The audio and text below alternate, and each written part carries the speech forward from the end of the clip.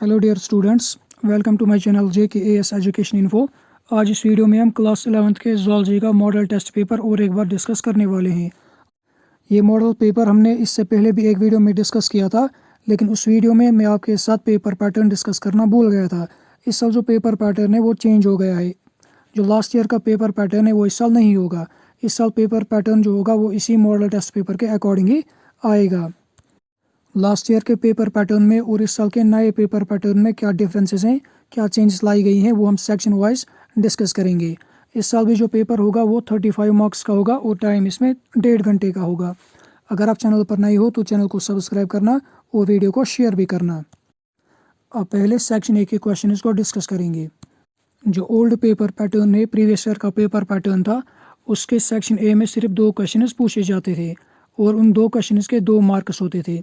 इस बार जो paper pattern होगा उसके सेक्शन ए में 5 क्वेश्चन पूछे जाएंगे और एक क्वेश्चन इसमें 1 मार्क का होगा। 5 क्वेश्चन 5 मार्क्स के होंगे।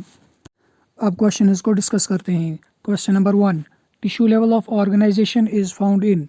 इसका आंसर आएगा ऑप्शन सी, सीलेंट्रेट्स। सीलेंट्रेट्स के बगैर और एक फाइलम भी होता है, टीनोफोर्स। टीनोफोर्स में भी टिश्यू लेवल ऑफ ऑर्गेनाइजेशन होता है। एग्जाम में टीनोफोर्स का भी ऑप्शन हो सकता है। Question number 2, dash is the pacemaker of the heart. इसका आंसर आएगा option A, SA node. SA node को साइनस नोड कहते हैं, sinus node. Question number 3, one of the following is commonly known as suicidal bags. इसका answer आएगा lysosomes. जो mitochondria होता है, माइटोकॉन्ड्रिया को powerhouse of the cell कहते हैं। Question number 4, specificity of enzyme is due to. इसका answer आएगा option A, active site. Question number 5, respiration in frog takes place through. इसका आंसर आएगा option D, all of these.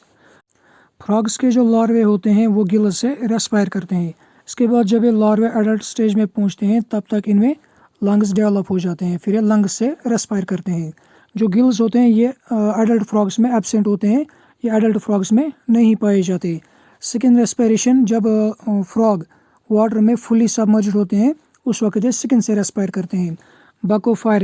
बकोफायरिंग्स कहते हैं mouth respiration को।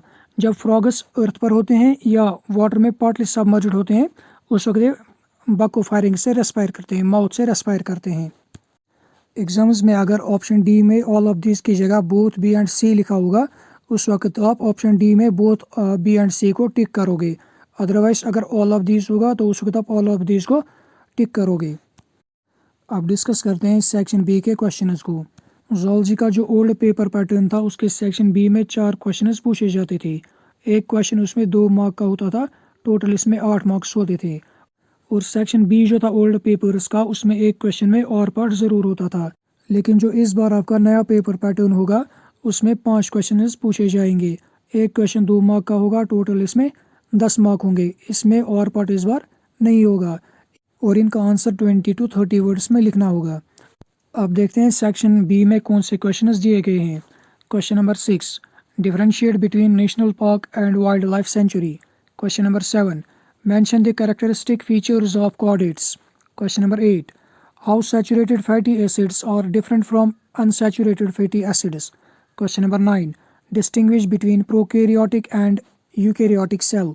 Question number 10, give the key features of zygote in stage of meiosis first. ये था section B. अब आते हैं सेक्शन सी पर। इस बार जो न्यू पेपर पैटर्न आएगा उसके सेक्शन सी में 5 क्वेश्चन पूछे जाएंगे। एक क्वेश्चन 3 मार्क का होगा, टोटल इसमें 15 मार्क होंगे। जो ओल्ड पेपर पैटर्न था उसके सेक्शन सी में भी 5 ही क्वेश्चन पूछे जाते थे और एक क्वेश्चन 3 मार्क का होता था, टोटल 15 मार्क्स होते थे। यहाँ पर सेक्शन सी में कोई चेंज नहीं हुई है। सेक्शन सी के क्वेश्चन का आंसर आपको 100 to 150 वर्ड्स में लिखना होगा। अब देखते हैं सेक्शन सी के question. Question number 11, give a brief account on Biosphere Reserve. Question number 12, mention unique characteristic features of phylum Annelids. Question number 13, differentiate between mitosis and meiosis. Question number 14, write a short note on transportation of gases in human beings. Question number 15, what do you mean by joints in skeleton? Give some examples. अब आते हैं last section, section D पर। जो old paper pattern था उसके section D में 2 questions पूछे जाते थे। एक क्वेश्चन 5 मार्क का होता था, 2 क्वेश्चंस 10 मार्क के होते थे और इन दोनों क्वेश्चंस में और पार्ट होते थे। लेकिन जो इस बार पेपर पैटर्न होगा उसके सेक्शन डी में एक ही क्वेश्चन पूछा जाएगा और इस एक क्वेश्चन के 5 मार्क होंगे और इसका आंसर 150 to 200 वर्ड्स में लिखना होगा। अब देखते हैं सेक्शन डी में कौन सा क्वेश्चन दिया गया है। Question number 16, explain the process of neuro impulse transmission in human beings. इसका और पार्ट है define excretion, explain various modes of excretion with suitable examples. I hope आपको ये वीडियो पिछले वीडियो से बेटर लगा होगा। अगर आपको ये वीडियो अच्छा लगा हो तो चैनल को सब्सक्राइब करना और वीडियो को शेयर भी करना। मिलते हैं नेक्स्ट वीडियो में, तब तक के लिए अल्लाह हाफिज़, गुड बाय।